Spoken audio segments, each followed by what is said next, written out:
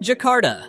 Indonesia's capital is home to more than 10 million people. Parts of it are sinking by as much as 25 centimeters a year. That's one of the fastest sinking rates ever recorded for any major city on Earth. Nowhere else comes close. The cause isn't the ocean rising, it's what's happening underground. Millions of residents and businesses pump groundwater directly from private wells because the city's official water system still doesn't reach everyone. As that underground water gets drained out, the soil above it compresses. Entire neighborhoods slowly drop in elevation year after year without a single storm ever touching them. Roughly 40% of Jakarta already sits below sea level. Sea walls are holding the line for now, but they're struggling to keep pace. In North Jakarta, some fishing villages have already been abandoned entirely, with rooftops now poking out above the waterline like small islands. It's a strange, quiet kind of disaster. Government researchers have warned that if current trends continue, large sections of the city could be underwater by 2050. The situation is serious enough that Indonesia made an extraordinary decision. It's building a brand new capital city called Nusantara on the island of Borneo, specifically to relocate the government away from a capital that may not be able to support it long term. Construction began in 2022. Officials have already started moving government offices there in stages. It's one of the only times in modern history a country has abandoned its own capital because the ground beneath it was quite literally giving way.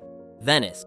Venice has always had a complicated relationship with water, but the balance has shifted dramatically in recent decades. The city was built on more than 100 small islands within a shallow lagoon, supported by wooden pilings driven deep into the mud below. For centuries, that foundation held firm. It seemed permanent. Now the city is sinking at roughly 1 to 2 millimeters a year. That sounds small, but it adds up fast over decades, and it's driven partly by natural land subsidence and partly by years of groundwater and gas extraction from the surrounding mainland. Meanwhile, sea levels in the Adriatic have been steadily rising. The combination has made flooding, locally called aqua alta, increasingly severe and increasingly frequent. In November 2019, floodwaters reached the second highest level ever recorded in the city's history. Roughly 80% of Venice was submerged that week, and St. Mark's Basilica, a building that had survived largely intact for over 1,000 years, suffered serious damage. In response, Italy completed a massive engineering project called MOSE, a system of 78 mobile barriers that rise up from the seafloor to block incoming tides. The project took decades and billions of euros to finish. It's already prevented several major floods since becoming operational. But MOSE was designed for the sea levels of today, not necessarily the sea levels expected decades from now. Maintenance costs alone run into the tens of millions of euros every year. Many engineers privately see it as a delay tactic rather than a permanent solution. Miami. Here's a fact that surprises most people. You can't simply build a taller seawall to protect Miami, and the reason has nothing to do with money. The city sits on a foundation of porous limestone, essentially solid rock riddled with tiny holes, like a natural sponge. Traditional flood barriers work by blocking water at the surface. That's simply not how Miami's ground behaves. In Miami, rising seawater can travel straight through the ground underneath any wall you build. It bubbles up through storm drains, and even through people's lawns, on clear, sunny days with no rain in sight anywhere nearby. Locals call this sunny day flooding, and it's already a regular occurrence in low-lying neighborhoods like Miami Beach. Residents have simply learned to plan around it. The city has invested heavily in raising roads, installing massive pumps, and elevating infrastructure across entire districts. Many scientists argue those are still just short-term fixes for a long-term structural problem underneath the city itself. Some studies estimate that parts of South Florida could see chronic disruptive flooding well before the end of this century. Property values in some low-lying zones have already started to reflect that risk. Unlike Jakarta or Venice, Miami's challenge isn't really about stopping water from arriving from the coast. It's about a foundation that was never built to keep water out in the first place. New Orleans.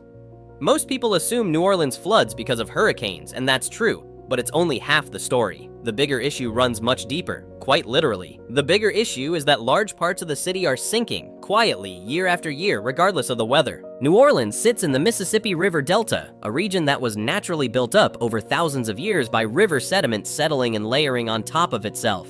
Levees built to control the river's flooding solved one problem and created another. By keeping the Mississippi locked within its banks, those levees also stopped fresh sediment from ever reaching the surrounding land. Without that steady supply, the soil beneath the city keeps compacting and sinking, with nothing new arriving to replace it. Some neighborhoods have dropped by more than a meter over the past century alone. That's roughly the height of a kitchen counter, gone into the ground. Meanwhile, the wetlands that once buffered the city from storm surges have been disappearing at a startling rate. partly due to the same lack of sediment, and partly from oil and gas canal construction cutting through the marshland. Louisiana loses a football field's worth of wetland roughly every 100 minutes, according to state estimates. When Hurricane Katrina struck in 2005, that missing natural buffer was one of several factors that made the flooding so catastrophic. Engineers have since built new, stronger levees and floodgates, but the sinking itself hasn't stopped. Some scientists describe it as an ongoing, permanent condition rather than a problem with an end date. Much of the city now sits meaningfully lower than it did just a few generations ago. Xicheng.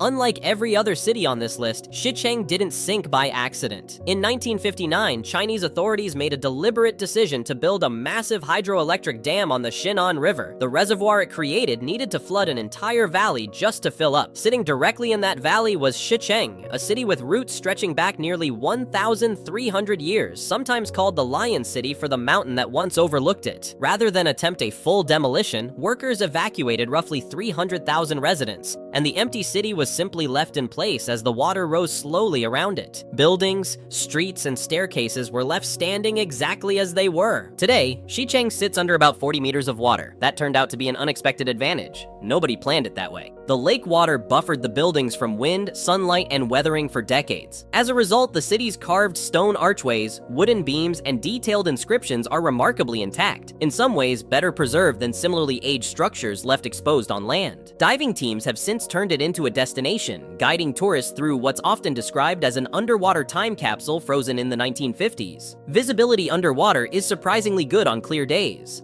It's the rare sunken city that was lost on purpose, and preserved by that very same decision. Thanks for watching. Don't forget to subscribe and hit the like button. No goodbyes. See you in the next video.